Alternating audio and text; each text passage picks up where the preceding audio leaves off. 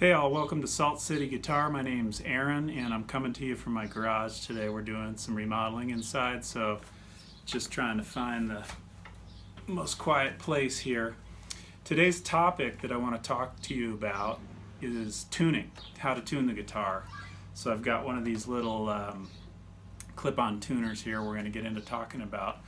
But I want to gear this towards parents as well as students, so parents can help their children learn how to tune, because it's a little bit tedious, and it'd be good if you're overseeing what they're doing. If they're learning it and you're learning it, you could talk about it and do it together, and I think you'll be more successful in the long run. So yeah, let's get into it a little bit. So this tuner here is called a Snark. That's the brand. The style is it clips on and it feels a vibration in the instrument, and then it registers a note. I like these because they cancel out noise in the room, so if someone else was playing a note, it wouldn't interfere with this. Older tuners that work off hearing notes can get confused by other noises and other notes in the rooms. This one is good because it works just for your guitar. It cancels everybody else out if there's other people talking or playing, and that's a good thing.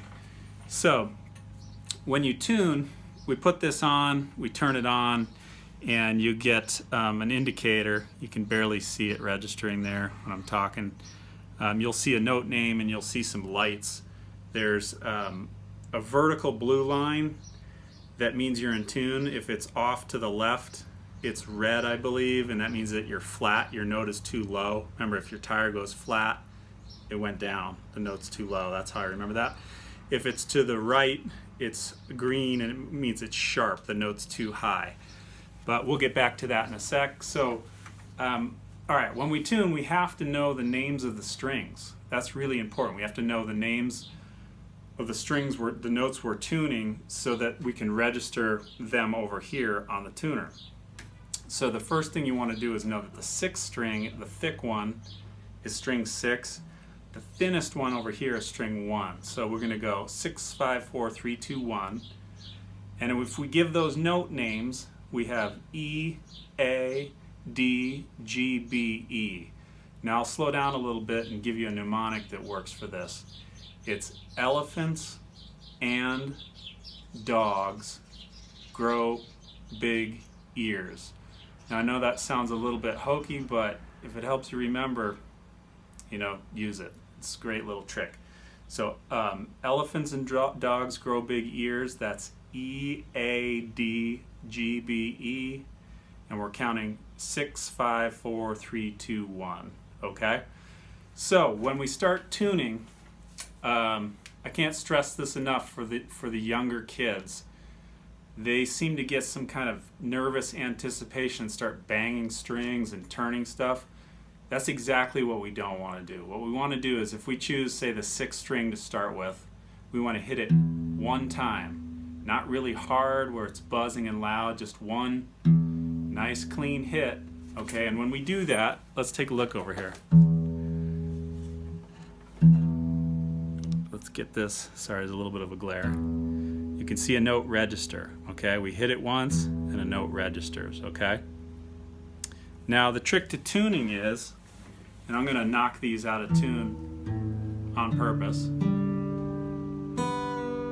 So they're a little bit out of tune. The trick is, we're going to hit once, and then if our note is too low, if it's flat, we're going to tighten it. Okay, so that note comes up to vertical, like I said, on the tuner, and it shows a blue line. Okay, so again, this is critical. Hit once, small micro turn. Okay, not wind, wind, wind, wind, wind. That will put you out in no man's land. You'll snap the string. So I'm going to do this with you seeing the tuner now. So I'm hitting once, micro turn, and there, boom. Did you see how it went to green? So now I know I'm in tune. So I'm going to go over to the next string.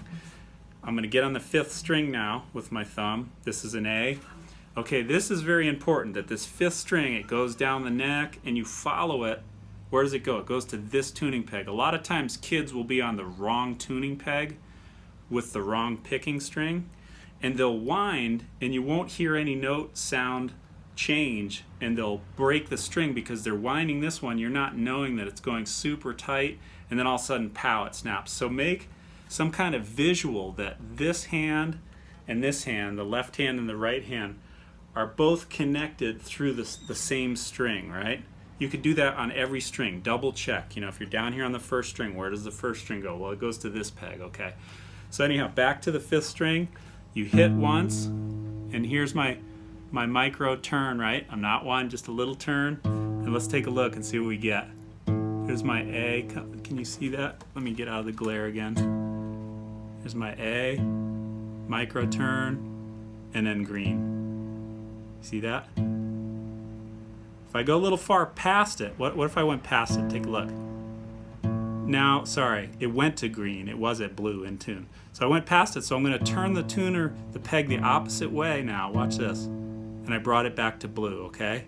These are very small adjustments. So now I go on to the next fourth string D. I hit that. I'm turning. I'm making really small turns. And there I am, okay? Patience on this stuff. Go slow, okay?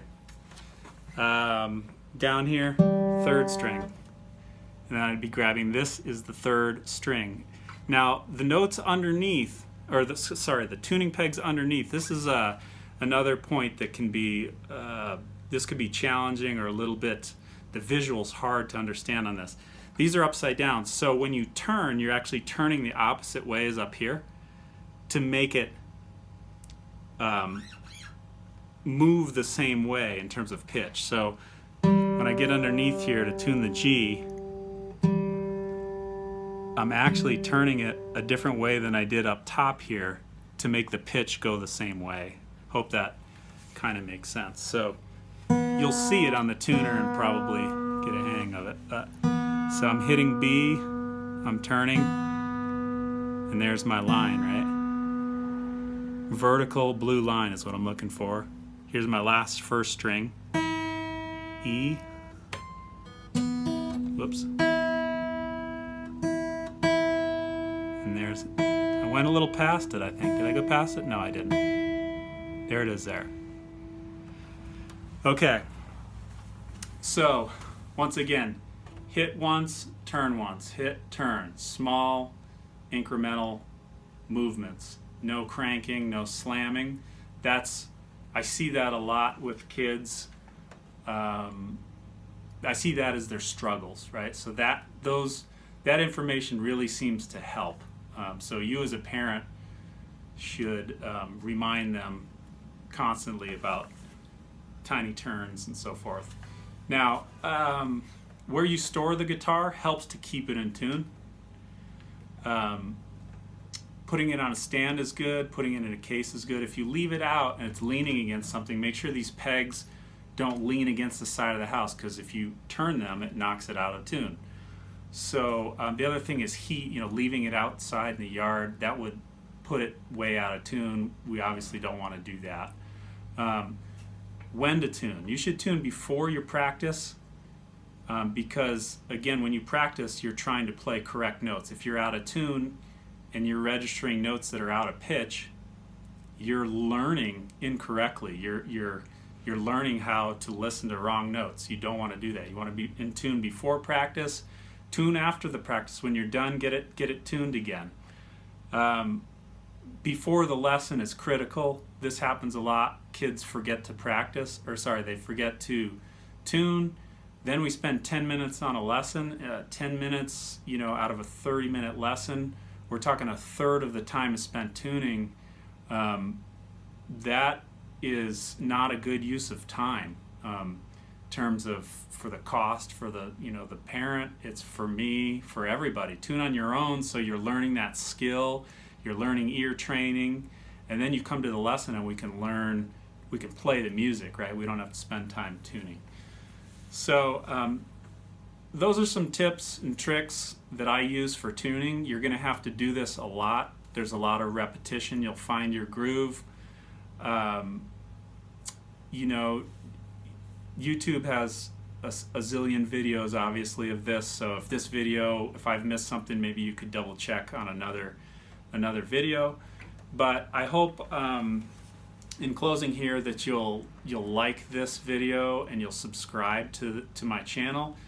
What I'm looking to do here is to create content for guitarists, everything about guitar that we could possibly want to know. I want to make a video on. So if you have comments, I want to hear those comments. If you have suggestions about other videos, if there's something I missed in this video, send me a line, write some comments. Again, like it, subscribe to it, and the idea is that I can get a channel going that has some information for all my students and people beyond that, so that they can learn everything they need to learn about the guitar. So thanks for watching, and I'll see you next time.